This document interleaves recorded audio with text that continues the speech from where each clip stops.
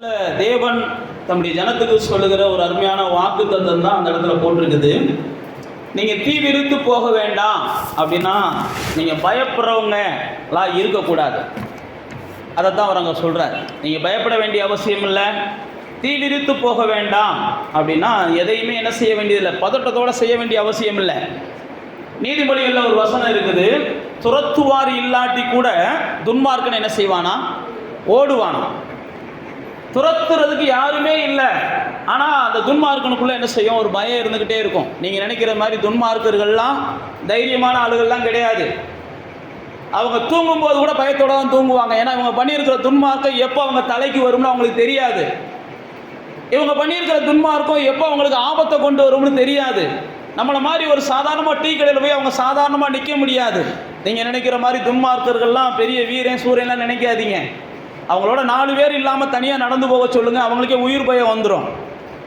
அதனால தான் வேதம் போட்டிருக்குது, நீதிமானோ என்ன செய்வான்னா சிங்கத்தை போல் என்ன செய்வான், தைரியமாக இருப்பான்னு போட்டிருக்குது.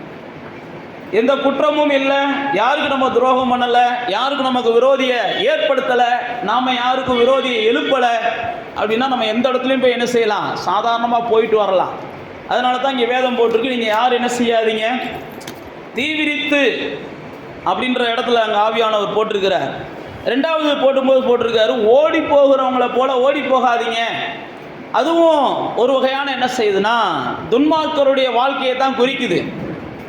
தேவனுடைய மனிதர்கள் எப்படி இருக்கணும் அப்படின்னா, கர்த்தர் முன்னாடி போகிறாரு, நான் அவர் பின்னாடி போகிறேன். கர்த்தர் எடுத்து ஒரு ஸ்டெப்பு வச்சார்னா அடுத்த ஸ்டெப்பு நான் என்ன செய்கிறேன், வைக்கிறேன். அப்போ தேவனுடைய பிள்ளைகளாகிய நானும் நீங்களும் எனக்கு முன்னாடி கர்த்தர் போகிறார். நான் ஓடவும் வேண்டிய அவசியம் இல்லை, ஒளியவும் வேண்டிய அவசியமும் இல்லை, என்னை யாரும் துரத்தவும் வேண்டிய அவசியம் இல்லை. ஏன்னா கர்த்தர் எனக்கு முன்னாடி போகிறார். 2வது பகுதி தான் அங்கே போட்டிருக்குது, கர்த்தர் உங்கள் முன்னாடி போகிறாரு, இஸ்ரவேலின் தேவன் உங்கள் பிறகே உங்களை காக்கிறவராக இருக்கிறார், பின்னாடி இருந்து உங்களை காக்கிறார். கர்த்தர் நம்ம முன்னே போகிறதுனால நேற்றைக்கு ஒரு சில வசனங்களை நம்ம தியானித்தோம். அதை நான் உங்களுக்கு சுருக்கமாக ஞாபகப்படுத்திட்டு மீதியான பகுதிக்கு நம்ம போகிறோம். கர்த்தர் உங்கள் முன்னே போகிறதுனால மீகா சொல்லுகிறார், உங்களுடைய தடைகளெல்லாம் என்ன செஞ்சிடும், எல்லாம் விலகிறோம் அப்படின்றார். அடுத்து கர்த்தர் உங்களுக்கு முன்னே போகிறதுனால என்ன நடக்கும் அப்படின்னா, கோணலானவைகள்லாம் செவையாக்கப்படும். நீங்கள் பார்த்தீங்கன்னா இயேசு வருவதற்கு முன்பாக யோவான் ஸ்நானகனை அனுப்புகிறார் தேவன். யோவான் ஸ்நானகனுடைய வேலை என்ன அப்படின்னு பார்த்தீங்கன்னா, இயேசுவின் வருகைக்கு பாதைகளை சமமாக்குவது. பாதைகளை சமமாக்குகிறதுனா, ஒரு மினிஸ்டர் வரும்போது பாதைகளை மண்ணை போட்டு கல்லை போட்டு சமமாக்குறது அல்ல. இயேசு வருவதற்கு முன்பாக மனிதர்களுடைய இருதயங்களை ஆயத்தம் பண்ணுகிற வேலை தான் யாருடைய வேலை, யோவான் ஸ்நானகனுடைய வேலை. அதனால தான் போட்டிருக்கு, அவன் பிள்ளைகளுடைய இருதயத்தை பிதாக்களிடத்திற்கும் பிதாக்களுடைய இருதயத்தை பிள்ளைகளிடத்திற்கும் திருப்புகிற ஒரு ஊழியத்தை. ஏன்னா இயேசு வந்த உடனே எல்லாருக்கும் பாவ மன்னிப்பு கிடைக்க போகிறது. அப்போ இந்த யோவான் ஸ்நானகன் என்ன செஞ்சான்னா, பாவம்னா என்ன அப்படின்னு மக்களுக்கு போதிச்சான். பாவம்னா என்ன, பாவம்னா என்ன அப்படின்னு சொல்லி போச்சதுனால தான் யோவான் ஸ்நானகன்ட்ட அநேகர் என்ன செஞ்சாங்க, நாங்கள் என்ன செய்ய வேண்டும், நாங்கள் என்ன செய்ய வேண்டும்னு கேட்டாங்க. அப்போ தான் யோவான் ஸ்நானகன் என்ன செஞ்சார், நீ இதை செய்யாத, நீ அதை செய்ய, இதை செய்யாத, அதை செய்ய அப்படின்னு சொல்லி கொடுத்தார். அதனால தான் வேதம் போட்டிருக்கு, யோவான் ஸ்நானகனுடைய வேலை என்னவா இருந்துச்சுன்னா, இயேசு வருவதற்கு முன்பாக பள்ளங்களை எல்லாம் நிரப்புகிற வேலை, மேடுகளை எல்லாம் சமமாக்குகிற வேலை, கரடான சூழ்நிலைகளை எல்லாம் சரி செய்கிற வேலை, இதெல்லாம் யோவான் ஸ்நானகன் செம்மையாய் செய்தார். அப்போ கர்த்தர் என்ன செய்கிறார்னா, நமக்கு முன்னாடி போகும்போது எல்லாவற்றையும் அவர் என்ன செய்கிறார், பாதைகளை செம்மையாக்குகிறார். நான் மறுபடியும் சொல்லுகிறேன், நம்ம நடக்கிற பாதைகளை மட்டுமல்ல, நம்மோடு பழகுகிற மனிதர்களையும் கர்த்தர் என்ன செய்கிறார், செம்மையாக்குகிறார். கர்த்தர் நம்ம முன்னாடி போயிட்டாருன்னு வைங்களேன், நம்மளை பகைக்க விரும்புகிறவர்கள் கூட மறந்து போயிடுவாங்க. அதனால தான் கர்த்தரை முன்னாடி வைங்க. தாவீது தான் சொல்கிறான், கர்த்தர் எனக்கு முன்னாடி இருக்கிறபடினால நான் அசைக்கப்படுவதில்லை.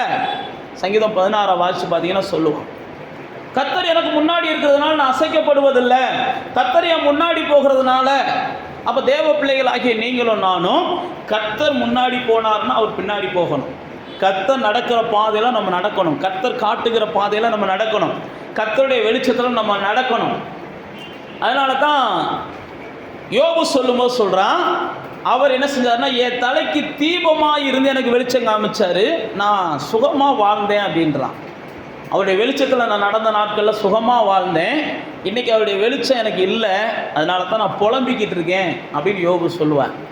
அப்போ தேவ பிள்ளைகளே, கர்த்தர் நம்ம முன்னே போகிறதுனால கோணலானவைகளை செமைப்படுத்துகிறார். அதுக்கப்புறம் பார்த்தீங்கன்னா கர்த்தர் நம்ம முன்னே போகிறதுனால வாசல்களை திறந்து கொடுக்கிறார். அதுதான் செங்கடல். ஆண்டவர் சொல்கிறாரு, நான் உங்களுக்கு முன்னே போகிறேன், செங்கடல் பாதையை கடந்து திறந்து கொடுக்கும். யோசுவாட்ட சொல்லும்போது யோர்தானை சொல்லுவார், ஒன்றும் இல்லைப்பா, என் உடன்படிக்கையோடு போய் முன்னாடி போய் என்ன செய்யுங்க, அந்த யோர்தான் நதி மேலே காலை வைங்க. காலை வச்சிங்கன்னா அந்த யோர்தான் நதி என்ன செஞ்சிடும், எவ்வளவு பிரவாகித்து ஓடினாலும், எவ்வளவு ஆக்ரோஷமாக ஓடினாலும், எவ்வளவு பலமாக ஓடினாலும் அது தன்னுடைய தன்மையை மாற்றிக்கிறோம். ஏன்னா நான் முன்னாடி வரேன்னு தெரிஞ்சிச்சுன்னா அது முழுக்க மாறிடும். அப்போ தேவ பிள்ளைகளாகிய நானும் நீங்களும் ஒன்றை புரிந்து கொள்ளணும். என் தேவன் எனக்கு முன்னாடி போகிறார், நான் அவருக்கு பின்னாடி போகிறேன். காலில் முள்ளு குத்துறதா இருந்தாலும் அவரை குத்தும், அவர் பாதத்தில் தான் குத்துனதுக்கப்புறம் தான் நான் அந்த பாதத்தை வைக்க போகிறேன், அவர் வச்சது இடத்துல தான் நான் வைக்க போகிறேன். அப்போ நீங்களும் நானும் நல்லா தெரிந்து கொள்ளணும், தேவன் நம்ம என்ன செய்கிறார்னா மெதுவாக அன்போட சேதம் இல்லாமல் பாதிப்பு இல்லாமல் இந்த பூமியிலே நடத்துவதற்காகத்தான் அவர் முன்னே போகிறார். அது மாத்திரமல்ல, அவர் முன்னே போகிறதுனால நான் உங்களுக்கு சொன்னபடி திறந்த வாசல்கள். அதனால தான் கோரேசை பார்த்து சொல்கிறாரு, உனக்கு முன்னாடி கோணலானெல்லாம் செவையாக்கி பெண்களை கதவு இரும்பு தாழ்பால் எல்லாத்தையும் உடைச்சி கொடுத்துட்டு ஓ வாழ்க்கையில் பெற வேண்டிய பொக்கிஷம், ஓ வாழ்க்கையில் கிடைக்க வேண்டிய புதையல்கள் எல்லாம் நான் உனக்கு கூட கிடைக்க நான் உதவி செய்வேன் அப்படின்னு சொல்லி தேவன் கோரேசை பார்த்து சொல்லுகிறார். அப்போ தேவன் நமக்கு முன்னாடி போகிறதுனால என்னென்ன நன்மைகள் இருக்கிறது அப்படின்றத நேற்றைய தினத்தில் கொஞ்சம் நேரம் நம்ம தியானித்தோம். இன்றைக்கி நம்ம அடுத்த பகுதியாக இருக்குது பாருங்கள். தேவன் நமக்கு பின்னாடி இருக்கிறதுனால அவர் என்ன செய்கிறார்னா நம்மளை பாதுகாக்கிறவராக இருக்கிறார். தேவ பிள்ளைகள் ஒன்றை புரிந்து கொள்ளணும், தேவன் நம்ம என்ன செய்கிறார்னா பாதுகாக்கிறார். எல்லா வகையிலும் நம்மளை தேவன் பாதுகாக்கிறார். ஏசாயா சொல்லும்போது சொல்கிறான், ஒரு பறவை தன் குஞ்சுகளை பறந்து வந்து காக்கிறதை போல தேவன் நம்மளை என்ன செய்கிறார்னா பாதுகாக்கிறான் அப்படின்னு சொல்லுகிறார். இயேசு சொல்லும்போது சொல்கிறாரு, எருசலேம் பட்டணத்தை பார்த்து, கோழி தான் குஞ்சுகளை மூடிக்கொள்வதற்கு ஆசைப்பட்டதை போல உனக்கு வரக்கூடிய சேதங்கள்லேருந்து உன்னை காப்பாற்றுவதற்காக நான் ஆசைப்பட்டேன், ஆனால் நீ என்ன செய்ய மாட்டேன்ட்ட, செவி ஒடுக்க மாட்டேன்ட்ட அப்படின்னு எருசலேம் பட்டணத்தை பார்த்து சொல்லுவார். தேவன் ஆசைப்படலாம், எதுக்கு, உங்களை பாதுகாக்கிறதுக்கு. ஆனால் நீங்கள் ஆசைப்படணும், நான் தேவனுடைய பாதுகாப்பில் வாழணும், தேவனுடைய பாதுகாப்பில் வாழணும். ஆனால் தேவன் பாதுகாப்பதற்கு நீங்கள் தேவனுடைய செட்டைக்குள்ளே வந்துட்டீங்க, அல்லது தேவனுடைய நிழலில் வந்துட்டீங்க, அவருடைய அந்த அரணுக்குள்ளே வந்துட்டீங்க அப்படின்னா உங்களை சேதப்படுத்துவதற்கு ஒருவராலும் கூடவே கூடாது. ஏனென்றால் இயேசு நமக்கு வேதத்தில் பல இடங்களில் சொல்லியிருக்கிறார், உங்களை ஒன்றும் சேதப்படுத்தாது. நீங்களும் நானும் சில நேரத்தில் என்ன செய்கிறோம், சேதமான சூழ்நிலைகளை பார்த்த உடனே சேதப்பட்டுருவோமோன்னு நினைக்கிறோம். ஆனால் வேதம் சொல்லுகிறது எந்ததும் சேதப்படுத்தாது. ஆண்டவர் நம்ம பவுல்கிட்ட சொல்லுவார், உன் தலையில் இருக்கிற ஒரு முடி கூட என்ன செய்யாது, விழாது. அப்போஸ்தலர் 27ஆம் அதிகாரத்துக்கு வாங்க. எல்லாரும் செத்து போவோம்னு நினைக்கிறாங்க, அவ்வளோதான் வாழ்க்கை முடிய போகுதுன்னு நினைக்கிறாங்க, பெரிய போராட்டம் வந்துருச்சுன்னு நினைக்கிறாங்க. பெரிய போராட்டத்தில் அவ்வளோதான் நம்முடைய வாழ்க்கையினுடைய இறுதி காலம் வந்துருச்சு அப்படின்னு சொல்லி எல்லாரும் பயப்படுறாங்க. நீங்கள் வேதத்தில் வாசித்து பார்த்தீங்கன்னா அந்த 27ஆம் அதிகாரத்தில் எல்லாரும் சேதப்படக்கூடிய சூழ்நிலை, யாருக்கும் பாதுகாப்பு இல்லை, எல்லாரும் பாதுகாப்பற்ற சூழ்நிலையில் இருக்கிறாங்க. அங்கே இருந்த போர் சேவகர்கள் என்ன செய்கிறாங்கன்னா கத்தியை வச்சு இந்த கைதிகள்லாம் தப்பி போகாமல் இருக்க வெட்டி போடுவோம்னு நினைக்கிறாங்க. ஆனால் இங்கே பாருங்க, அந்த 34ஆம் வசனத்தை வாசிங்க.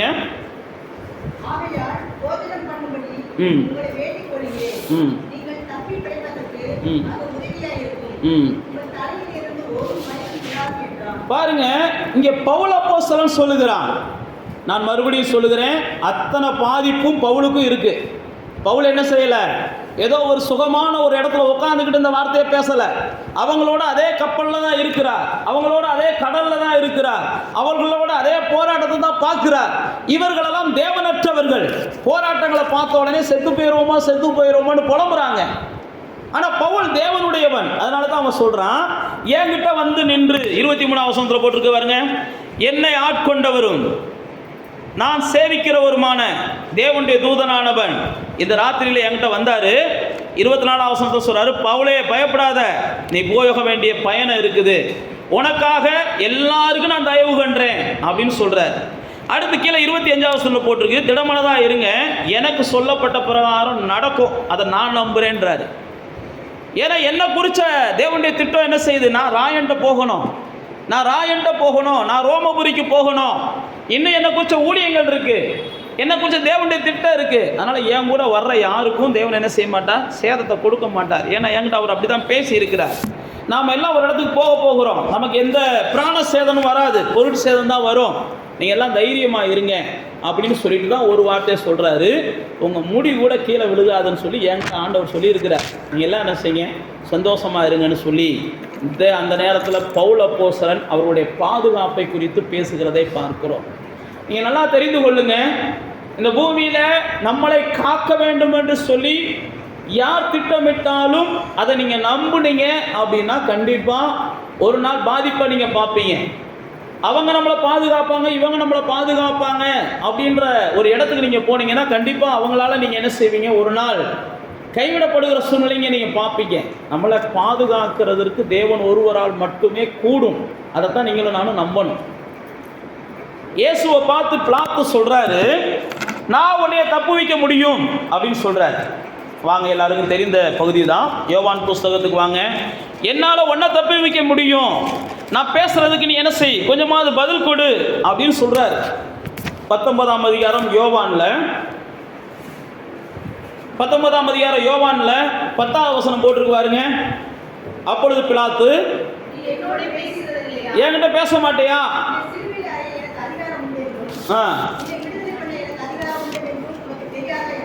பாருங்க, பிலாத்து பார்த்து இயேசுவை பார்த்து சொல்றாரு, எப்பா என்கிட்ட எல்லா அதிகாரம் இருக்கு, நான் நினைச்சவனை விடுதலை ஆக்கலாம், நான் நினைச்சவனை தப்பு வைக்கலாம், நான் நினைச்சவனை பாதுகாக்கலாம், நீ என்கிட்ட பேசுன்றாரு. சில நேரத்தில் அப்படிலாம் நம்மளுக்கு மனிதர்கள் வந்து என்ன செய்வாங்க, இவர் என்ன பிரச்சனையாலும் என்கிட்ட சொல்லு, என்ன பிரச்சனையாலும் என்கிட்ட சொல்லும்பாங்க. உங்கள் பிரச்சனையை கேட்டதுக்கப்புறம் அதுக்கப்புறம் அவங்க என்ன செஞ்சுருவாங்கன்னு தெரியுமா, அதை கேட்குறது ஏன்டா கேட்டோம் இல்லை, அதை போய் 4 பேர்கிட்ட விதவிதமாக சொல்லி உங்கள் பிரச்சனையை இன்னும் கொஞ்சம் கூட்டிடுவாங்க, இன்னும் கொஞ்சம் உங்களுடைய அழுகையை அதிகமாக்கிடுவாங்க, இன்னும் கொஞ்சம் வேதனையை அதிகமாக்கிடுவாங்க. அதனால தான் சில நேரத்தில் மனிதர்கள் வந்து ரொம்ப பரிவாக பேசுவாங்க.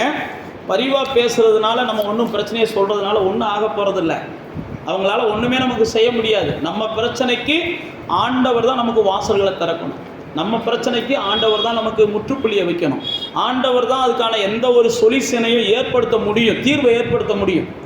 இங்கே பாருங்க, பிலாத்து வந்து இயேசுவை கேட்கிறார். அப்போ இயேசு தெளிவாக சொல்கிறாரு, எப்பா பரலோகம் அனுமதிச்சா தான் நீ கூட எந்த அதிகாரத்தில் இருந்தாலும் என்னை காப்பாற்ற முடியும், பரலோகம் அனுமதிச்சா நீ இல்லைப்பா, இங்கே வீட்டில் உட்காந்துருக்கிற ஒரு சின்ன பிள்ளைன்னா கூட என்ன செய்ய முடியும், காப்பாற்ற முடியும், நீ அதிகாரம்லாம் இல்லை. அப்போ தான் இயேசு அப்படி சொன்ன உடனே தான் பைபிளில் போட்டிருக்கு. அதுக்கடுத்து 12ஆம் வசனத்தில் பிலாத்து அவரை விடுதலை பண்ணுவதற்கு வகை தேடினான்.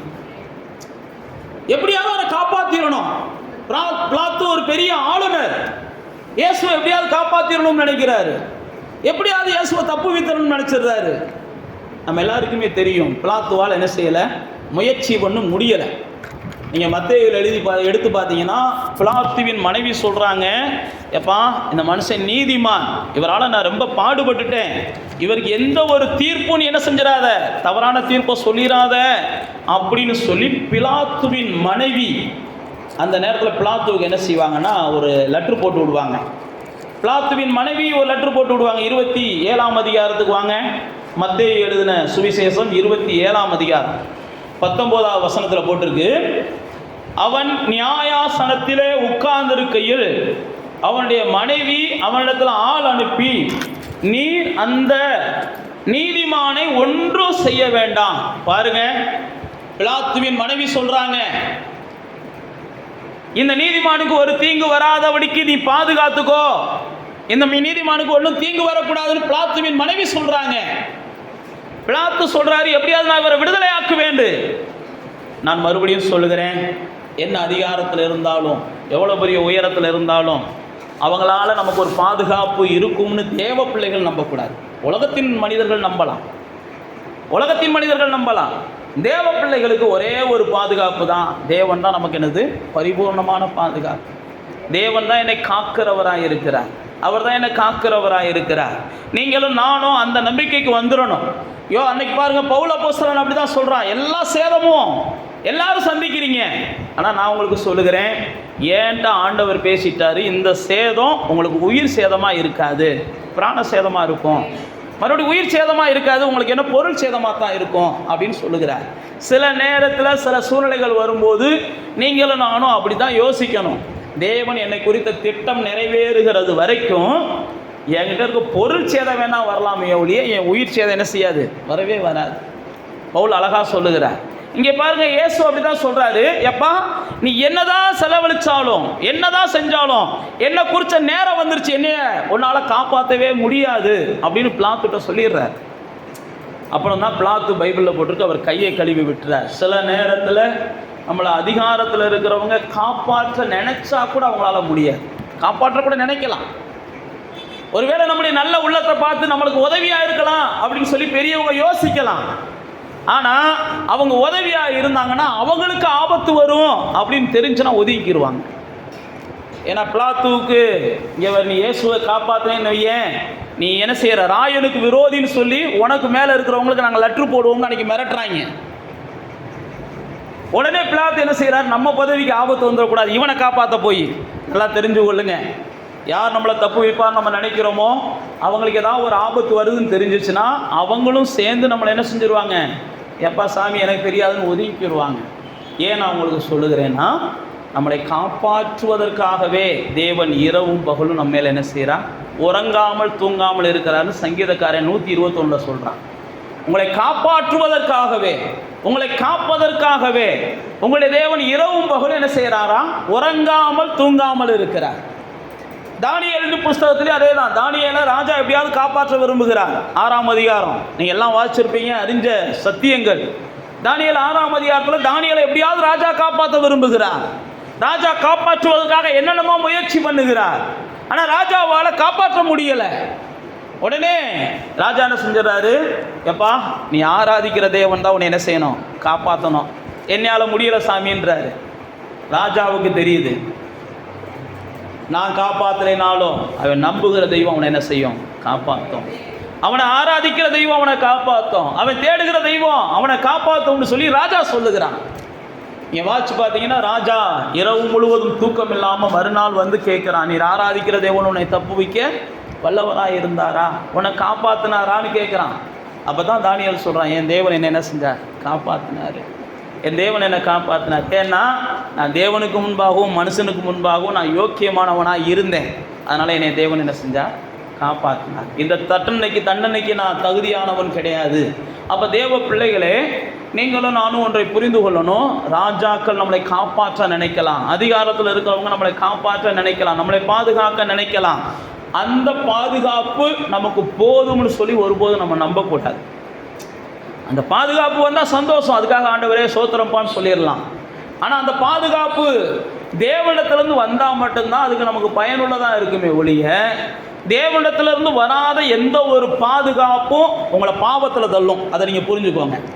தேவனிடத்திலிருந்து வராத எந்த ஒரு பாதுகாப்பும், தேவன் அனுமதிக்காத எந்த ஒரு பயனுள்ள காரியமும் உங்கள் வாழ்க்கைக்கு வருதுன்னா அது உங்களை பாவத்தில் தள்ளக்கூடியதாக இருக்கும். அதனால தான் நீங்களும் நானும் தேவன் அனுமதிக்காத ஒன்றையும், தேவன் நமக்கு ஒப்பு கொடுக்காத ஒன்றையும், தேவன் நம்முடைய வாழ்க்கையில் வழி நடத்தாத ஒன்றையும், அது நல்லதாக இருந்தாலும் பெற்றுக்கொள்வதற்கு நம்ம என்ன செய்ய வேண்டாம், துணிய வேண்டாம். தேவனுடைய நடத்துதல் இருந்தால் மாத்திரமே, தேவ ஆவியானவர் நம்மளோடு பேசினால் மாத்திரமே, தேவனுடைய வார்த்தைகள் நம்மளோடு இடைப்பட்டால் மட்டுமே நமக்கு வருகிற நன்மைகளை நாம் என்ன செய்யணும், சுதந்திரித்துக் கொள்ளணும். அப்போ பாருங்க, தேவ பிள்ளைகளாகிய நானும் நீங்களும் இந்த பூமியில் வாழுகிற நாட்களில் சேதம் இல்லாமல் வாழ வேண்டும் அப்படின்னு கர்த்தர் விரும்புகிறார். நீங்கள் ஏசாயா தீர்க்கதரிசன புஸ்தகத்தில் 27ஆம் அதிகாரத்தில் வந்தீங்கன்னா, ஆண்டவர் அங்கே ஒரு தோட்டத்தை குறித்து எழுதுகிறார். அந்த தோட்டத்தை குறித்து அங்கே சொல்லும்போது சொல்றாரு, நான் தான் உங்களை என்ன செய்கிறேன், அந்த தோட்டத்தை பாதுகாக்கிறேன். ஏசாயா 27ஆம் அதிகாரத்தில் 3ஆம் வசனத்தில் போட்டிருக்கு, நான் அதை காப்பாற்றி அதற்கு தண்ணீர் பாய்ச்சி ஒருவரும் அதை சேதப்படுத்தாதபடிக்கு இரவும் பகலும் நான் தான் என்ன செய்வேன், காப்பாற்றுவேன்.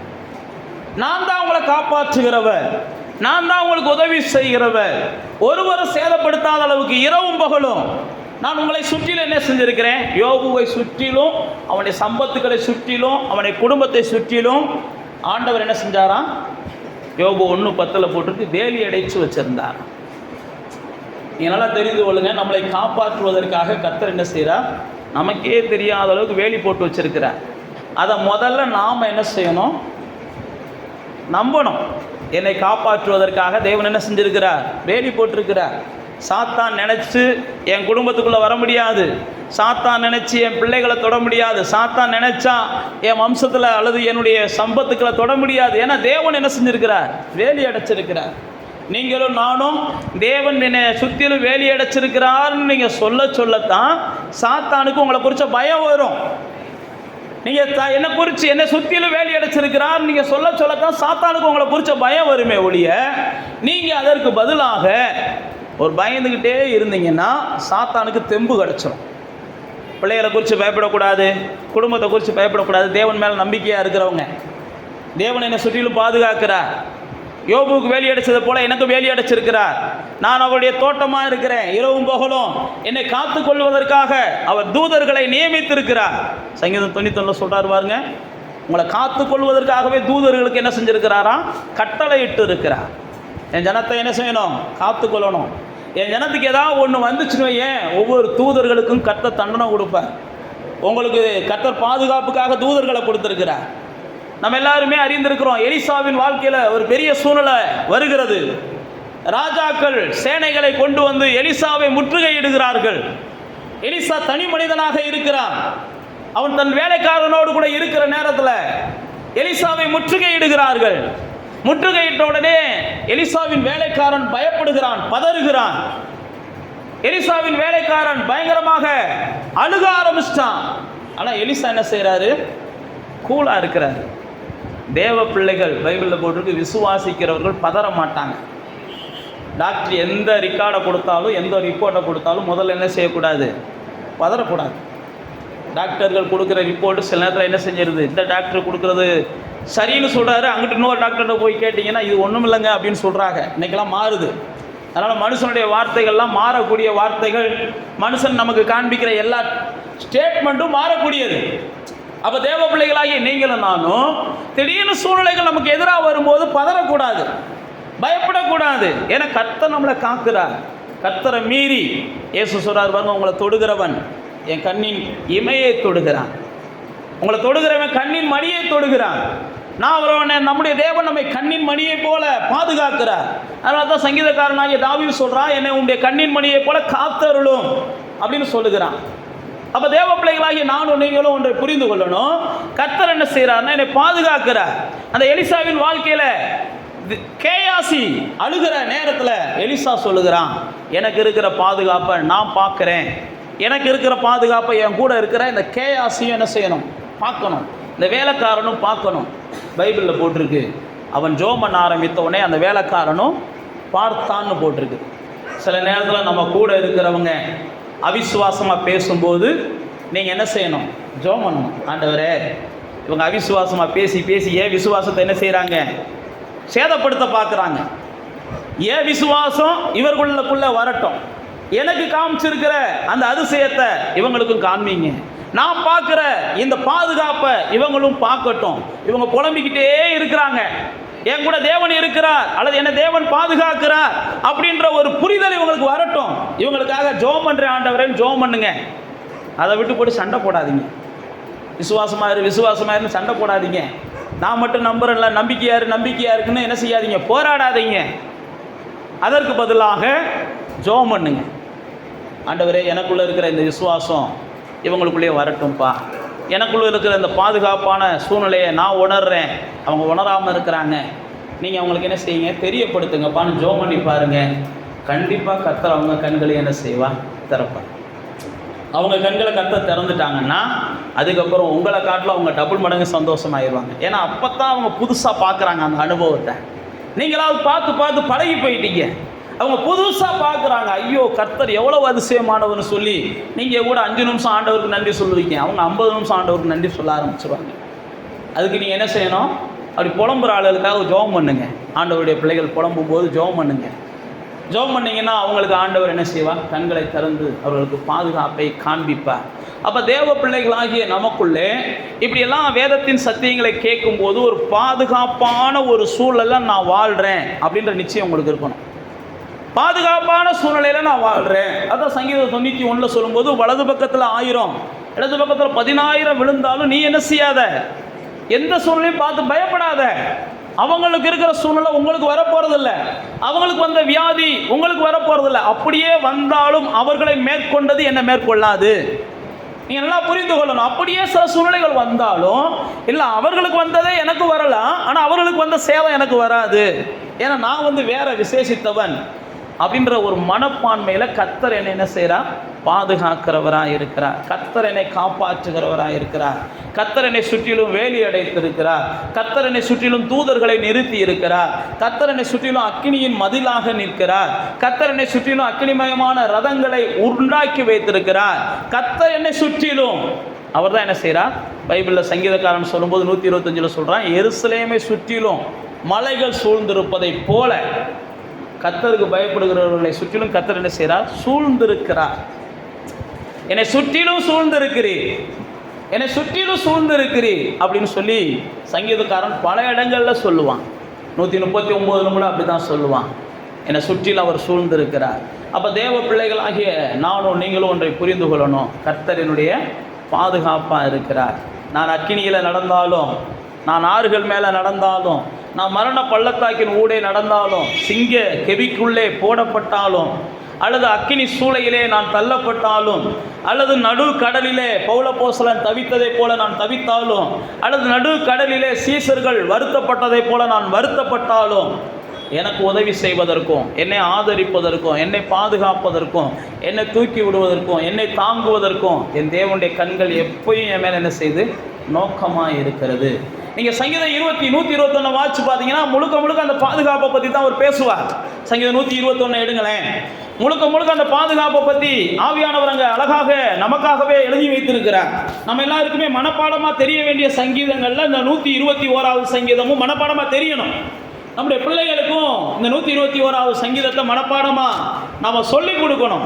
126வது சங்கீதம் கர்த்தரை மகிமைப்படுத்துகிற ஒரு சங்கீதம், கர்த்தரை மேன்மைப்படுத்துகிற ஒரு சங்கீதம். பாருங்க, 126ல் 2ஆம் வசனத்தில் போடும்போது அவர் எனக்கு ஒத்தாசையாக இருக்கிறார்னு போடுறாரு. 3ஆம் வசனத்தில் போடும்போது என் காலை அவர் தள்ளாட ஒட்டா என்னை காக்கிற தேவன் என்ன செய்ய மாட்டாரு? உறங்க மாட்டாரு. என்னை காக்கிறவர் உறங்குகிறது இல்லை. நல்லா தெரிந்து கொள்ளுங்க. எலியா ஜெபம் பண்ணும்போது தேவன் பதில் தருவார். பாகாலின் தீர்க்கதரிசிகள் ஜெபம் பண்ணும்போது பதில் கிடைக்காது. இது எங்க இருக்கு? 1 ராஜாக்களின் புஸ்தகத்தில் 17வது 18வது அதிகாரங்களில் நீங்கள் வாசிச்சிருப்பீங்க அப்படின்னு நான் நினைக்கிறேன். எத்தனை பேர் கேள்விப்பட்டிருக்கீங்க தெரியல. எலியா ஜெபம் பண்ணும்போது தேவன் பதில் கொடுத்துருவார். அதே நேரத்தில் பாகாலின் தீர்க்கதரிசிகள் ஜெபம் பண்ணுவாங்க. பாகாலின் தீர்க்கதரிசிகள் 450க்கு மேலே இருப்பாங்க. எலியா தனி ஆளாக இருப்பார். நீங்கள் பார்த்தீங்கன்னா எலியாவை குறித்து அந்த ஒபதியா சொல்லுவான், கர்த்தர் உன்னைய எங்கே போய் ஒளிச்சு வச்சிருந்தாருன்னே எங்கள் ராஜாவுக்கு தெரியலை.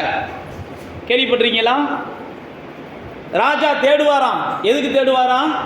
எலியாவை பிடிச்சி கொல்லணும்னு தேடுவாராம். எலியாவை பிடிச்சி கொல்லணும்னு தேடும்போது அந்த ஒபதியா சொல்லுவான், அனுப்பாத தேசங்கள் கிடையாது, அனுப்பாத இடங்கள் கிடையாது, ஆனால் நீ எங்கே இருந்தன்னு எங்களால் என்ன செய்ய முடியல, கண்டே பிடிக்க முடியலை. சில நேரத்தில் நம்முடைய தேவன் என்ன செய்வார்னா, நம்மளை சண்டை போடணும்னு நினைக்கிறவங்களுக்கு கண்களுக்கு கர்த்தர் நம்மளை என்ன செஞ்சிருவார்? மறைச்சி வச்சுருவார். கர்த்தர் நம்ம கொடுக்குற பாதுகாப்பு வித்தியாசமாக இருக்கும். எப்படியாவது கண்ணில் பட்டால் சண்டை போடலாம்னு நாங்கள் தேடிக்கிட்டு இருக்கோம். இந்த ஒரு வாரமாக கண்ணிலே படமாட்டேன்றாங்க அப்படின்ற செய்தியெல்லாம் நீங்கள் கேட்கணும். கர்த்தருடைய பிள்ளைகள் அப்படிப்பட்ட செய்தியெல்லாம் கேட்கணும். அப்படிலாம் கேட்டீங்கன்னு வைங்களேன், நீங்களும் மனசில் உற்சாகமாக இருப்பீங்க. அவங்களுடைய மனசு உயிரடைய ஆரம்பிக்கும். பரவாயில்லப்பா, கர்த்தர் இப்போ தான் கோபம் ஆறுனதுக்கப்புறம் உன்னை கொண்டு வந்து காட்டியிருக்காரு என் கண்ணில். இல்லைன்னா ஒரு வாரத்துக்கு முன்னாடி காட்டியிருந்தாருன்னா நான் என்ன செஞ்சுருப்பேன், உன்னை தெருவில் வச்சு அசிங்கமாக பேசியிருந்திருப்பேன். அப்படியெல்லாம் எலியாவை பார்த்து உபதியா சொல்கிறான். இங்கே வேறு கர்த்தர் உன்னை எங்கேயோ ஒழிச்சு வச்சிட்டாரு, இப்பயும் நீ வந்து என்ன செய்கிற, கர்த்தர் என்னை காமிக்க சொன்னார்னு சொல்கிற. ஆனால் எனக்கு என்னமோ பயமாக இருக்குது, நான் போய் என் ராஜாவை கூப்பிட்டு வரதுக்குள்ளே என்ன செஞ்சிடக்கூடாது நீ. ஏன் நான் உங்களுக்கு சொல்லுகிறேன்னா, நம்முடைய கர்த்தர் யார் நம்மளை தேடினாலும் கண்டுபிடிக்காத அளவுக்கு, யார் நம்மளை சேதப்படுத்த விரும்பினாலும் சேதப்படுத்த முடியாத அளவுக்கும், யார் நம்மளோடு கூட போரிட விரும்பினாலும் அவர்களுடைய எல்லாருடைய கண்களுக்கும் நம்மளை மறைத்து கொள்வதற்கு அவர் என்ன செய்கிறாரு, வல்லவராக இருக்கிறார். இந்த எலியா பாருங்க, அந்த நேரத்தில் தான் சொல்கிறான், நீங்கள் கூப்பிடுகிற தேவன் ஒருவேளை தூங்கி இருப்பாருன்றான். இதைத்தான் நான் சொல்ல வந்தேன். எலியா அங்கே அப்படி தான் சொல்கிறார், நீங்கள் கூப்பிடுகிற தேவன் தூங்கி இருப்பார். ஏன்னா எலியாவுக்கு தெரியும், என்ன காக்கிற தேவன் என்ன செய்ய மாட்டார், தூங்குறதில்ல. நான் ஒரு ஆபத்தான இடத்துல நிற்கிறேன், எல்லாரும் என்னை சுற்றி ஆக்ரோஷமாக நிற்கிறாங்க, எல்லாரும் என்னை சுற்றி ராஜாக்கள் நிற்கிறாங்க, என்னை சுற்றி எல்லா எதிரிகளாக இருக்கிறாங்க. இந்த நேரத்தில் ஓன் தேவனாக இருந்தால் தூங்கி இருப்பார். ஆனால் ஏன் தேவன் என்ன செய்ய மாட்டார், என்னை காப்பதற்காக அவர் தூங்காமல் உறங்காமல் இருக்கிறார். அதனால தான் இயேசு சொல்கிறார், ஓநாய்களுக்குள்ள நான் உங்களை அனுப்புகிறேன், ஓநாய்களுக்குள்ள நான் உங்களை அனுப்புகிறேன். நீங்கள் என்ன செய்யாதீங்க, தைரியமாக இருங்க, கலக்கம் பண்ணாதீங்க, கவலைப்படாதீங்க. உங்கள் முடி கூட என்ன செய்யாது, கீழே விழுகாது, சேதப்படாது. நீ ஓநாய்களுக்குள்ள தான் போகிற, எல்லாம் தீங்கு செய்கிறவங்க தான், எல்லாம் பொல்லாப்பு செய்கிறவங்க தான், எல்லாம் பாவிகள் தான், எல்லாம் துன்மார்க்கர்கள் தான், எல்லாம் இருதயம் மரத்து போன மனிதர்கள் தான், எல்லாம் இருதயம் செத்து போன மனிதர்கள் தான் நம்மளை சுற்றி இருக்கிறாங்க. மனச்சாட்சினா என்னன்னே தெரியாத மனிதர்கள் மத்தியில் தான் நம்ம வாழ்ந்து கொண்டு இருக்கிறோம். கொஞ்சம் கூட ஈவு இருக்காது, இரக்கம் இருக்காது. ஆனால் ஆண்டவர் அவர்கள் மத்தியில் நாம் சேதம் இல்லாமல் வாழ்வதற்கு நம்மளை என்ன செய்கிறார், பாதுகாக்கிறார். அவர்கள் மத்தியில் தான் வாழ்கிறோம், ஆனால் நமக்கு ஒரு சேதமும் இல்லாமல், எந்த ஒரு பொல்லாப்பும் நேரிடாமல், எந்த ஒரு தீங்கும் நேரிடாமல், அதுதான் சொல்கிறார், உறங்காமல் உங்களை காக்கிறார். அடுத்த 4 வசனம் போட்டிருப்பாருங்க, உங்களை காக்கிற தேவன் உறங்குகிறதும் இல்லை தூங்குகிறதும் இல்லை. 5 வசனத்தில் போட்டிருக்காரு பாருங்க, உங்களை காக்கிறவர் உங்கள் வலது பக்கத்தில் என்ன செய்கிறார், உங்களுக்கு நிழலாகவே இருக்கிறார். நல்லா தெரிந்து கொள்ளுங்க, அவர் உங்களுக்கு நிழலாக இருந்தார்னா உங்களுக்கு எதிராக இருக்கிறவங்களுக்கு அவர் வெயிலாக இருப்பார். அப்படி தான் பைபிளில் போட்டிருக்குது. உங்களுக்கு வெளிச்சமாக இருந்தார்னா உங்களை எதிர்க்கிறவங்களுக்கு அவர் இருளாக இருப்பார். ஒரே தேவன் தான், ஒரே தேவன் தான். அவர் உங்களுக்கு நிழலாக இருக்கிறார் அப்படின்னா நல்லா தெரிந்து கொள்ளுங்க, உங்களோடு போராடுகிறவர்களை அவர் என்ன செய்கிறார்னா சுடு நிழல்ல, சுடு மணல்ல நுப்பாட்டி வச்சிருக்கிறான்னு அர்த்தம். அவன் தான் கொதிச்சுக்கிட்டு இருப்பான். நீங்களும் நானும் அதே மணலில் தான் இருப்போம். ஆனால் ஆண்டவருடைய நிழல் நம்மளை என்ன செஞ்சுருக்கோம், பாதுகாத்திருக்கும். அதனால தான் அந்த இஸ்ரவேலர்கள் பயணம் பண்ண போது இதே தான் ஆண்டவர் அங்கே வேறுபடுத்தி காமிக்கிறார். மேகம் முன்னாக போனது பின்னாடி வந்துடும், பின்னாடி வந்து இஸ்ரவேலர்களுக்கு அந்த மேகம் கடலை கடப்பதற்கு வெளிச்சம் கொடுக்கும். எகிப்தியருக்கு அந்த மேகம் இந்த இஸ்ரவேலர்களை காணாதபடிக்கு இருளை கொடுக்கும். அதே மேகம்தான். அந்த முன்னாடி போன மேகம், முன்னாடி போன தூதர்கள் பின்னாடி வந்துடுவாங்க. பின்னாடி வந்து பைபிளில் போட்டிருக்கு, அவர்கள் கடலை கடப்பதற்கு வெளிச்சம் கொடுக்கிற தேவன் இந்த இஸ்ரவேலர்களை இந்த எகிப்தியர்கள் தொடக்கூடாது அப்படின்றதுக்காக அவர்களுக்கு இருளை கொடுத்துருவாராம். ஏன் நான் உங்களுக்கு சொல்லுகிறேன்னா, நானும் நீங்களும் ஆராதிக்கிற தேவன் நம்மளை பாதுகாப்பதற்காக, நம்மளை காப்பாற்றுவதற்காக, நம்மளை தப்புவிப்பதற்காக எந்த இயற்கையும் அவரால் மாற்ற முடியும். எந்த இயற்கையும் மாற்ற முடியும், எந்த சூழ்நிலையும் அவரால் மாற்ற முடியும். அவரால் கூடாத காரியம்னு ஒன்றுமே கிடையாது. இதைத்தான் இங்கே போட்டிருக்குது. அடுத்து 6 வசனத்தில் போட்டிருப்பாருங்க, பகலிலே வெயிலாகிலும் இரவிலே நிலவாகிலும் உன்னை சேதப்படுத்தாது, கர்த்தர் உன்னை எல்லா தீங்குக்கும் விலக்கி காப்பார், எந்த ஒரு தீங்கும் உன்னை அணுகாது, உன் போக்கையும் வரத்தையும் கர்த்தர் காக்கிறவராக இருக்கிறார், இது முதற்கொண்டுன்னு சொல்லி சங்கீதம் 121 முழுக்க முழுக்க தேவன் பாதுகாக்கிறவர் என்பதை வெளிப்படுத்துகிறது. பார்த்தீங்கன்னா பேதுருவை பாதுகாப்புவதற்கு சேவகர்களை நுப்பாட்டி இருப்பாங்க. அப்போஸ்தலர் 4ஆம் அதிகாரத்தில் சேவகர்களை நுப்பாட்டி இருப்பாங்க. யாரை பாதுகாக்கிறதுக்கு? பேதுருவை பாதுகாக்கிறதுக்கு. பைபிளில் போட்டிருக்குது, இவங்க சேவகர்களை நுப்பாட்டி இருப்பாங்க. ஆனால் தேவன் என்ன செஞ்சிருப்பார்னா, சேவகர்களுக்கே தெரியாமல் பேதுருவையும் அப்படி விடுதலையாக்கி கொண்டு வந்துடுவார். அதே மாதிரி தான் அப்போஸ்தலர் 12ஆம் அதிகாரத்தில் தேவன் விடுதலையாக்கி கொண்டு வந்துடுவார். மனிதர்கள் காப்பதற்காக நிப்பாட்டுகிறதெல்லாம் ஒன்றும் பெருசு கிடையாது. அது சேதத்தை கொடுக்கும். நம்ம எல்லாருக்குமே தெரியும். ராஜீவ் காந்திக்கு இல்லாத பாதுகாப்பு இல்லை நம்ம தேசத்தில், இந்திரா காந்திக்கு இல்லாத பாதுகாப்பு இல்லை. அவங்களாம் உச்சகட்ட பதவியில் இருந்தாங்க. அவ்வளவு பாதுகாப்பில் இருந்தவங்களுக்கே பாதுகாப்பு இல்லாமல் செத்து போயிட்டாங்க. ஆனால் வேதம் சொல்லுகிறது, தேவன் என்ன செய்கிறார்னா, சிறைச்சாலையிலே எல்லா கைதிகள் எல்லாராலும் பாதுகாக்கப்பட்டிருந்த பேதுருவை ஆண்டவர் அற்புதமாக வெளியேறி கொண்டு வந்தார். அதே மாதிரி தான் பவுல் அப்போஸ்தலன் பாதுகாப்பதற்கு சங்கிலியை வச்சு கட்டி வச்சுருந்தாங்க, என்னென்னமோ செஞ்சுருந்தாங்க. திடீர்னு பார்த்தீங்கன்னா சிறைச்சாலை கதவுகள் உடஞ்சிச்சு, சங்கிலி அறுபட்டுச்சு. அப்போ நான் என்ன சொல்ல வரேன் அப்படின்னா, மனிதர்கள் சொல்லுகிற இந்த பாதுகாப்பெல்லாம் நமக்கு ஒரு பாதுகாப்பே கிடையாது. அது சும்மா ஒரு திருப்திக்காக அதை நம்பலாம். நான் உனக்கு பாதுகாப்பாக இருப்பேன், நான் உனக்கு காவலாக இருப்பேன், உனக்கு இது பாதுகாப்பாக இருக்கும், அது பாதுகாப்பாக இருக்கும் அப்படின்னு சொல்லி பிசாசானவன் நம்முடைய நம்பிக்கையை தேவன் மேலே இல்லாமல் மாற்றுவதற்காக நீங்கள் இதில் வைங்க உங்கள் நம்பிக்கைன்னு கொண்டு வருவான். நீங்களும் நானும் நம்முடைய நம்பிக்கையை எந்த சூழ்நிலையிலையும் எது மேலே என்ன செஞ்சிடக்கூடாது, வச்சிடக்கூடாது. எது மேலேயும் நான் சொல்கிறது, உங்கள் கணவன் மேலேயும் வச்சிட வேண்டாம், உங்கள் மனைவி மேலேயும் வச்சிட வேண்டாம், உங்கள் பிள்ளைகள் மேலேயும் வச்சிட வேண்டாம், யார் மேலேயும் நீங்கள் வச்சிட வேண்டாம். ஏன் நம்பிக்கை அவர் தான், ஏன் நம்பிக்கை அவர் தான். நான் மறுபடியும் சொல்லுகிறேன், இந்த உலகத்தில் இருக்கிற எல்லா உறவுகளும் நமக்கு நிலையற்ற உறவுகள் தான். இன்றைக்கி நம்ம கூட இருக்கும், என்றைக்கு நம்ம விட்டு பிரியும்லாம் தெரியாது. நீங்கள் எவ்வளோ அன்பாக வளர்த்தாலும், எவ்வளோ செல்லமாக வளர்த்தாலும், எவ்வளோ தியாகம் பண்ணி வளர்த்தாலும், என்னத்தை வேணாலும் நீங்கள் இழந்து வளர்த்தாலும், என்னைக்கு இருந்தாலும் வளர்த்ததுக்காக நீங்கள் அழுவீங்க. இன்றைக்கி வேணால் அழுகாமல் இருக்கலாம், இன்றைக்கி வேணால் அது உங்களுக்கு புரியாமல் இருக்கலாம். ஆனால் வேதம் சொல்கிறது எல்லாமே அப்படி தான். ஆனால் தேவன் ஒருவர் மட்டுமே நமக்கு நித்திய உறவாக இருக்கிறார். அவர் தான் நமக்கு நித்திய உறவு. அவரை தவிர மற்ற எல்லாமே நமக்கு நம்பிக்கையாக இருக்கக்கூடாது. நம்முடைய நம்பிக்கை அவர் தான். அவர் அனுமதிச்சா தான் நம்முடைய பிள்ளைகள் நமக்கு நிழல் தரக்கூடியவங்களாக மாறுவாங்க. அவர் ஆசீர்வதிச்சா தான் நம்முடைய கணவன் நமக்கு நிழல் தரக்கூடியவங்களாக மாறுவான். அவர் ஆசீர்வதிச்சா தான் நம்முடைய மனைவி நமக்கு நிழல் தரக்கூடியவங்களாக மாறுவாங்க. அவருடைய ஆசீர்வாதம் இருந்தால் மட்டுமே, நல்லா தெரிந்து கொள்ளுங்க, அவருடைய ஆசீர்வாதம் இல்லை அப்படின்னா நிச்சயமாக நாம் நிழலற்றவர்களாகவே கடைசி வரைக்கும் வருத்தத்திலையும் வேதனையும் வாழ வேண்டியிருக்கும்.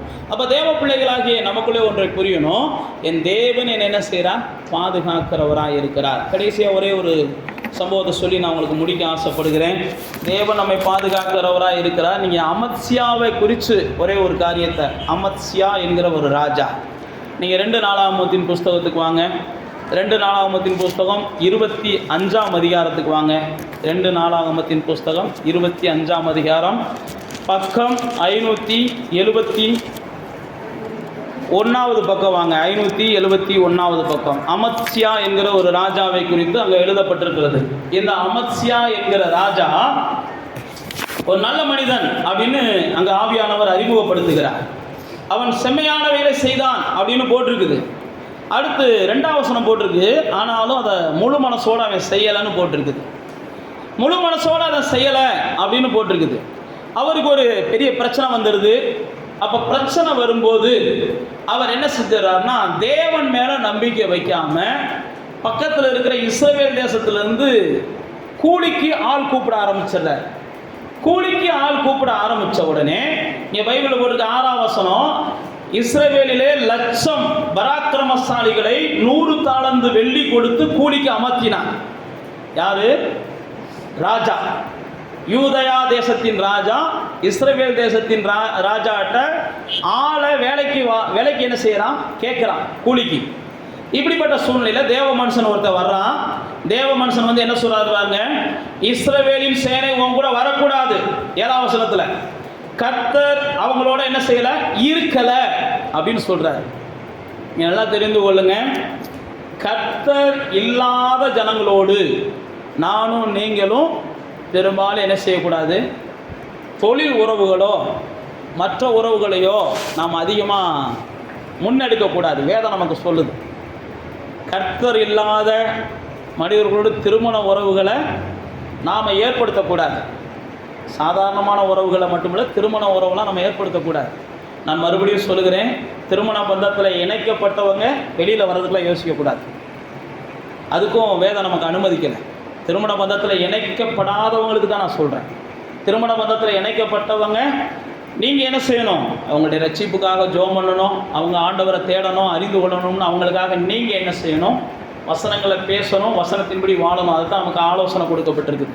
அதனால் திருமண பந்தத்தில் யாரும் அப்படிப்பட்ட வேலைகளை செய்யக்கூடாது. இங்கே பாருங்க, ஆண்டவர் சொல்கிறாரு, அவங்க உனக்கு உதவியாக வரக்கூடாதுன்றார். உதவிக்காக நீங்கள் என்ன செய்யக்கூடாதுன்னா, தேவனற்ற ஜனங்கள்கிட்ட போய் உதவி தேடக்கூடாது. எப்பயுமே நீங்கள் தேவனற்ற ஜனங்களுடைய, நான் தான் ஏற்கனவே சொன்ன பாருங்க, தேவனற்ற ராஜா தானியேலுக்கு உதவி செய்ய நினைத்தான், ஆனால் அவனால் முடியலை. தேவனற்ற பிலாத்து இயேசுக்கு உதவி செய்ய நினைச்சான், ஆனால் அவனால் முடியலை. அதனால தேவனற்ற மனிதர்கள்ட்ட போய் நீங்களும் நானும் உதவியை நாடுவதை தேவன் என்ன செய்யறதில்ல? விரும்புகிறதில்லை. நமக்கு உதவியை நாட வேண்டிய சில சூழ்நிலைகள் வரும். அப்போ கூட நாம் என்ன செய்யணும்? தேவனற்றவர்கள்ட்ட போய் உதவியை நாடாமல் தேவ சமூகத்தை நாடுங்க. அந்த தேவனற்றவர்களாய் உங்களுக்கு உதவி செய்யக்கூடிய சில சூழ்நிலைகளை கர்த்தர் ஏற்படுத்துவார். கிரெடிட்டை, அந்த முக்கியத்துவத்தை, முதன்மையை யாருக்கு கொடுங்க? கர்த்தருக்கு கொடுங்க. இப்போ பாருங்க, இப்படி பேசிடுறாரு. பேசின உடனே அந்த ராஜா என்ன செய்கிறாரு? எப்பா நீ அங்கே அந்த 8ஆம் வசனம் போட்டுருக்கு, நீ மட்டும் போகணுன்னா போ, காரியத்தை நடத்து, யுத்தம் செய்ய. கர்த்தர் என்ன செய்வார்? அழகாக ஒரு வார்த்தை போட்டு, ஒத்தாசை பண்ணவும் வில பண்ணவும் தேவனால் கூடும். இந்த மனுஷன் வர்றதுனால தான் உனக்கு வெற்றி கிடைக்கும்னு நினைக்காத. இந்த மனுஷன் வர்றதுனால தான் பாதுகாப்பு இருக்கும்னு நினைக்காத. இந்த மனுஷன் வந்தால் தான் இந்த பிரச்சனையில நம்ம தப்ப முடியும்னு நினைக்காத. இந்த மனுஷன் உதவி இருந்தால் தான் இந்த போராட்டத்துக்கு ஒரு முடிவு வரும்னு நீ நினைக்காத. நான் மறுபடியும் சொல்லுகிறேன், தேவனற்றவர்களை சார்ந்திருக்காதீங்க. அதைத்தான் உங்களுக்கு வேதம் சொல்லுகிறது. தேவனற்றவர்களால் தனக்கு சமாதானம் கிடைக்கும் நம்பாதீங்க. தேவனற்றவர்களால் தனக்கு ஒரு ஆசீர்வாதம் கிடைக்கும் நம்பாதீங்க. அது உங்களை ஏமாற்றும். நான் தான் உங்களுக்கு ஏற்கனவே சொன்ன பாருங்க, தேவனற்றவர்களை நீங்கள் தேடி உதவிக்குன்னு போனீங்கன்னா உங்களையும் அவர்கள் தேவனற்றவர்களாக மாற்றிடுவாங்க. உங்களையும் தேவனுக்கு தூரமானவங்களா அவங்க மாற்றிடுவாங்க. இப்படி தான் நான் உங்களுக்கு ஆரம்பத்தில் சொன்னேன். இப்படிப்பட்ட காரியங்கள்லாம் உங்களை பாவத்துக்குள்ள கொண்டு போய் தள்ளிடும். இங்கே பாருங்க, இப்படிப்பட்ட சூழ்நிலையில் அப்போ அமர்சியா கேட்குறாரு, எப்பா இந்த மாதிரி அவனுக்கு நான் பணம் கொடுத்துட்டேன்றாரு. 9ஆம் வசனத்தில் பணம் கொடுத்துட்டேன்னு சொன்ன உடனே தேவ மனுஷன் என்ன சொல்றாரு பாருங்க, இங்கே வேறு அதை காட்டிலும் கர்த்தர் என்ன செய்வார்? உனக்கு அதிகமாக கொடுக்கக்கூடும். நீ கொடுத்த பணத்தை விட்டு. புரியுதா நான் சொல்றது? தேவனற்றவர்கள்ட்ட ஏதோ ஒரு சந்தர்ப்ப சூழ்நிலையில் நீங்கள் பணம் கொடுத்துட்றீங்க. பணம் கொடுத்து அவங்களை ஏதோ ஒரு உதவிக்கு கூப்பிடுறீங்க. இப்போ அவங்க உதவி வேணாம்னு ஆண்டவர் சொல்லிடுறாரு உங்கள்கிட்ட. அப்போ நீங்கள் என்ன செய்யணும்? கொடுத்த பணத்தையாவது நான் வாங்கிக்கிறேன் ஆண்டவரேன்னு கேட்கக்கூடாது. அதுதான் இங்கே சொல்கிறாரு. அவ்வளோ நல்லவங்களால நாங்கள் இருக்க முடியாது பாஸ்டர். நிறையா பேர் முகத்தை பார்க்கும்போது தெரியுது. உதவி வேணான்னு சொல்லிட்டு பணத்தையும் வேணான்னு சொல்ல முடியாது. அவ்வளோ நல்லவங்களாலாம் நாங்கள் என்ன செய்ய முடியாது, இருக்க முடியாதுன்னு சிலருடைய முகத்தை பார்த்தா தெரியுது. ஆனால் இங்கே வேதம் என்ன சொல்லுதுன்னா, ஆண்டவர் சொல்கிறாரு, அந்த பணமும் வாங்காத. ஏன்னா பணம் வாங்க போனேன்னா நீங்கள் அதுக்கு அடுத்து கீழே வாட்சி பார்த்தீங்கன்னா தெரியும். வேண்டான்னு சொன்னதுக்கே இவனை விரட்டி அடிப்பாங்க. பின்னாடி வாட்சி பார்த்தீங்கன்னா தெரியும். இவன் பணம் வாங்க போனேன்னு வைங்க, இன்னையோட என்ன செஞ்சுருப்பாங்க? சேதப்படுத்தி இருப்பாங்க. அப்போ இவன் பாருங்க, பணத்தை வேணாம் நீ விட்டுரு அப்படின்னு சொல்லிடுறாரு. அப்போ அவன் என்ன செஞ்சிடறான்? ரைட்டு அப்படின்னு சொல்லிட்டு அங்கே விட்டுட்டு போயிடுறான். 10ஆம் வசனத்தை போட்டுக்குவாருங்க. இதை வேண்டான்னு சொன்னதுனால கோபம் உண்டு. அவங்க என்ன செஞ்சாங்கன்னா, திரும்பி போகும்போது பல விஷயங்களை செஞ்சுட்டு போவாங்க. அப்போ வேதம் நமக்கு சொல்லுகிற காரியம் என்னன்னா, சில நேரத்தில் நம்முடைய பாதுகாப்புக்காக இப்படிப்பட்ட புறஜாதி மக்களை அல்லது பக்கத்தில் இருக்கிற பலசாலிகளை நம்ம கொண்டு போய் என்ன செய்யக்கூடாது? காசு கொடுத்து, கறி வாங்கி கொடுத்து, பிரியாணி பொட்டலம்லாம் வாங்கி கொடுத்து இன்றைக்கி அடியாட்களை கூப்பிட்டு வரவங்க நம்ம ஊரில் இருக்கிறாங்க. பிரியாணி பொட்டலமும் கோட்ரு வாங்கி கொடுத்து அடியாட்களை அங்கே நின்று என்ன செய்ய, 2 வார்த்தை கத்திட்டு மட்டும் போ. இப்போ இவங்களை விடுங்க, போலீஸ்காரங்களே என்ன செஞ்சிடுறாங்க, அந்த இடத்துல சர்ச்சில் போய் என்ன செய்ய, லைட்டாக மிரட்டிட்டு போந்தால் ஒரு 500 ரூபான்னு கொடுத்தா இன்றைக்கி வர்றதுக்கு ஆள் இருக்கிறாங்க. கடந்த நாட்களில் திடீர்னு ஒரு சம்பவம் நடந்துச்சு. அப்போ தான் நாங்கள் புரிஞ்சுக்கிட்டோம், என்னமும் செய்கிறாங்க போங்கடா அப்படின்ட்டு போயிட்டோம். ஏன் நான் உங்களுக்கு சொல்லுகிறேன்னா, இப்படி உலகத்தான் நம்புகிறாங்க. நீங்களும் நானும் என்ன செய்யக்கூடாது? யாரையும் பணத்தை கொடுத்து நமக்கு பாதுகாப்பாக வைக்கக்கூடாது. புரியுதா? பணத்தை கொடுத்து நமக்கு பாதுகாப்பாக வைக்கக்கூடாது. இவங்கள நம்ம பாதுகாப்பாக வச்சுக்கிறணும், இவங்ககிட்ட கொஞ்சம் அனுசரித்து போவோம், இவங்க நமக்கு பாதுகாப்பாக இருப்பாங்க, அந்த பிரச்சனைக்கு இவங்க நமக்கு உதவியாக இருப்பாங்க, இந்த பிரச்சனைக்கு நமக்கு உதவியாக இருப்பாங்கன்னு தேவனற்றவர்களை துணையாக வச்சுக்கிறோம்னு நீங்கள் நினச்சிங்கன்னா நீங்கள் வினைய என்ன செய்கிறீங்க? உங்களை சுற்றி நீங்களாக உருவாக்குறீங்கன்னு அர்த்தம். தேவனற்றவர்களை கொஞ்சம் அனுசரித்து போனோம்னா அவங்களால நமக்கு சில ஆசீர்வாதங்கள் வரும். இவங்களை கொஞ்சம் சமாதானமாக, இவங்கள்ட்ட கொஞ்சம் பொறுமையாக போனோம்னா நாளைக்கு ஒரு பிரச்சனை வரும்போது இவங்களை நம்மளை காப்பாற்றுவாங்க, அந்த மனுஷன்ட்டு நம்மளை தப்பு வைப்பாங்க. இப்படியெல்லாம் நீங்கள் யோசிக்கவே கூடாது. தேவ பிள்ளைகள், நமக்கு பாதுகாப்பு யார் தான்? தேவன் தான். நம்ம யாரையும் பாதுகாப்பாக நினைக்கக்கூடாது. தேவன் தான் நம்முடைய பாதுகாப்பு. அவர் தான் நம்மளை காக்கிறவராக இருக்கிறார். அவர் தான் தானியேலை பாதுகாத்தார். அவர் தான் எஸ்தரை பாதுகாத்தார். அவர் தான் சாத்ராக் மேசாக்கை பாதுகாத்தார். அவர் தான் பவுலை பாதுகாத்தார். அவர் தான் பேதுருவை பாதுகாத்தார். அவர் தான் தாவீதை பாதுகாத்தார். அவர் தான் மோசேவை பாதுகாத்தார். அவர் தான் எல்லா பரிசுத்தவான்களையும் பாதுகாத்தார். யோசேப்பு அப்படிதான் சொல்றான், என்ன அவர் தான்ப்பா பாதுகாத்தார் அப்படின்றான். ஆபிரகாம் கேட்டீங்கன்னா அவர் தான்ப்பா என்ன பாதுகாத்தார்னு சொல்லுவான். நோவாட்ட கேட்டீங்கன்னா அவர் தான்ப்பா என்ன பாதுகாத்தார்னு சொல்லுவான். நீங்க எந்த பரிசுத்தவான்ட்டையும் கேளுங்க, வேதத்திலையும் சரி உலகத்திலையும் சரி, அவர் தான் என்னுடைய பாதுகாப்பு, அவர் தான் என்னுடைய பாதுகாப்பு. தாவீதை குறித்து நீங்க வாசிச்சு பார்த்தீங்கன்னா சங்கீதம் 18 சரி பல இடங்கள்ல அவன் சொல்லுவான், கர்த்தர் தான் என்ன தப்புவித்தார், கர்த்தர் தான் என்ன பாதுகாத்தார், எனக்கும் மரணத்துக்கு ஒரே ஒரு எமி அளவுதான், கர்த்தர் தான் என்ன பாதுகாத்தார், கர்த்தர் தான் என்ன பாதுகாத்தார். பல ராஜாக்கள்கிட்ட போய் அடைக்கலம் போவான், தேடி போவான். எந்த ராஜாக்களுக்கும் அவனுக்கு பாதுகாப்பை கொடுக்க முடியாது, எந்த பட்டத்துக்காரங்களும் பாதுகாப்பை கொடுக்க முடியாது. அப்போ தேவ பிள்ளைகளே, உங்களுடைய பாதுகாப்பா நீங்கள் எதையுமே நம்பாதீங்க.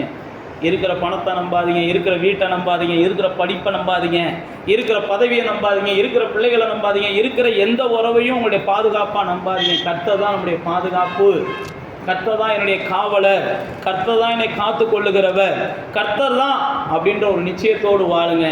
நிச்சயமாக கர்த்தர் உங்களுக்கு பாதுகாவலாயராக இருந்து எப்படி யோபுவையும் அவனுக்கு உண்டான எல்லாவற்றையும் பாதுகாத்து அந்த தேசத்தில் அவனை பெரிய மனுஷனாக மாற்றினார்னு பைபிளில் போட்டிருக்கு. கர்த்தருடைய பாதுகாப்பு இருந்தால் தான் உங்களுடைய சம்பத்துக்கள் பெருகும்.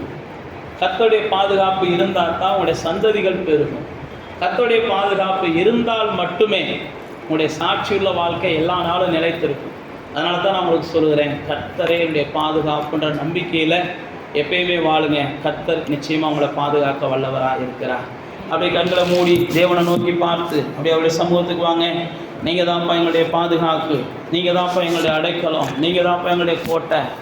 அப்படி யாரையாவது நீங்கள் கடந்த நாட்கள் நம்பி இருந்தால் இந்த மாதத்தின் துவக்கத்திலேயே அவங்கள விட்டுருங்க. அவங்க நம்மளை பாதுகாப்பாங்க அப்படின்னு சொல்லி யாருக்காவது ஏதாவது கொடுத்துருந்தீங்கன்னா இப்போயே அதை மறந்துடுங்க. கர்த்தர் தான் என்னுடைய பாதுகாப்புன்ற நிச்சயத்துக்கு வாங்க. ஒருவேளை இவங்களை என்னை பாதுகாப்பாங்க, அல்லது என் பிள்ளைகள் கடைசி நாட்கள் என்னை ஆதரிப்பாங்க, அல்லது கடைசி நாட்களில் அவங்க என் கூட பிறந்தவங்க ஆதரிப்பாங்க, இப்படிலாம் ஏதாவது எண்ணங்கள் வச்சுருந்தீங்கன்னா அதெல்லாம் மாற்றிக்கொள்ளுங்க. தேவன் தான் ஆதரிக்கணும், யாரை கொண்டு ஆதரிப்பார்னு தெரியாது. எலியாவை ஆதரிப்பதற்கு சாரிபாத்தில் ஒரு விதவையை வச்சுருந்தார்னு பைபிளில் பார்க்குறோம். எலிசாவை ஆதரிப்பதற்கு சுனேமியாள் என்ற ஒரு பெண்மணியை கர்த்தர் வச்சுருந்தார்னு நம்ம பார்க்குறோம். அதனால் யாரையாயிலும் கர்த்தர் வச்சிருப்பார் நம்மளை ஆதரிப்பதற்கு. இயேசுவுக்கு கல்லறையை கொடுப்பதற்கு ஒரு மனுஷனை கர்த்தர் வச்சிருந்தார் இந்த பூமியிலன்னு பார்க்குறோம். யாரையாயிலும் கர்த்தர் வச்சிருப்பார். கர்த்தர் யாரை கொண்டாலும் நம்மளை ஆதரிப்பார். கர்த்தர் யாரை கொண்டாலும் நம்மளை போஷிப்பார். யாருமே இல்லைனாலும் காகத்தை கொண்டு கூட நம்மளை ஆதரிப்பார். யாருமே இல்லைனா கூட கர்த்தர் என்ன செய்வார், நம்மளை போஷிப்பதற்கு எதையும் செய்வார். முதிர் வயதானாலும் அவர் தான் எனக்கு பாதுகாப்பு கொடுக்கக்கூடியவர். தள்ளாடுகிற நேரத்திலேயும் அவர் தான் என்னை தாங்கக்கூடியவர், ஏந்தக்கூடியவர், சுமக்கக்கூடியவர். என் தலை நரைக்கிற சூழ்நிலை வந்தாலும், என் கண் இருளாகிற சூழ்நிலை வந்தாலும், என் கால் முடங்குகிற சூழ்நிலைகள் வந்தாலும், என்னுடைய அவயவங்கள் எல்லாம் மரத்து போகிற சூழ்நிலைகள் வந்தாலும் என்னை ஆதரிப்பதற்கு அவரிடத்தில் 1000 வழிகள் உண்டு. எந்த மனுஷனையும் கொண்டு என்னை ஆதரிப்பார், எந்த சூழ்நிலையை ஏற்படுத்தி என்னை ஆதரிப்பார். என்னால் எந்த ஒரு நன்மையையும் மற்றவர்களுக்கு செய்து என்னை ஒரு ராஜ வாழ்வை இந்த பூமியில வாழ்ந்திருக்க செய்வார். இறுதி நாட்கள்ல யாக்கோபு ராஜ வாழ்வை வாழ்ந்தான் என்று வேதத்திலே பார்க்கிறோம். இறுதி நாட்கள்ல தாவீது ராஜ வாழ்வை வாழ்ந்தான் என்று வேதத்திலே பார்க்கிறோம். இறுதி நாட்கள்ல மோசே ராஜ வாழ்வை வாழ்ந்தான் என்று வேதத்திலே வாசிக்கிறோம்.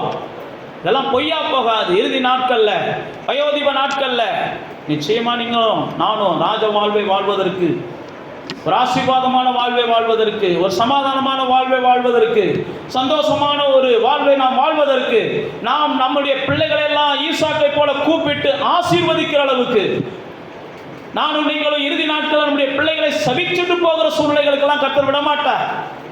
நானும் நீங்களும் இறுதி நாட்கள்ல நம்முடைய பிள்ளைகளை கூப்பிட்டு ஆசீர்வதிக்கிற சூழ்நிலைகளை தான் கர்த்தர் ஏற்படுத்துவார்.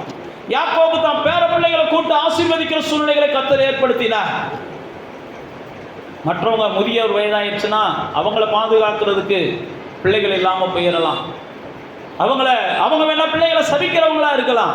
நீங்களும் நானும் அப்படிப்பட்டவங்களா இருக்க மாட்டோம். அதை முதல்ல நீங்கள் நம்புங்க. நீங்களும் நானும் அப்படிப்பட்டவங்களா இருக்க மாட்டோம். நிச்சயமாக கர்த்தர் பரிசுத்தவான்களுக்கு தந்த பாக்கியமான வாழ்வை நமக்கும் நிச்சயம் தருவார். இறுதி நாட்களும் நமக்கு ஆசீர்வாதமாக இருக்கும். நான் வாழுகிற நாளெல்லாம் தேவன் நமக்கு பாதுகாப்பை தருவார். நான் வாழுகிற நாளெல்லாம் தேவன் நமக்கு ஆசீர்வாதமாக இருக்க கிருபை பாராட்டுவார்.